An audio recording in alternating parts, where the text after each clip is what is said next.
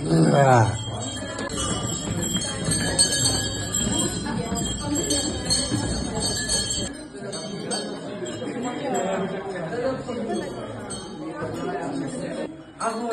milé děti.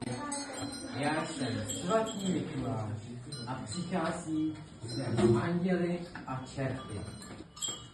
Chci vás velice pochválit za velký kus odvedené práce.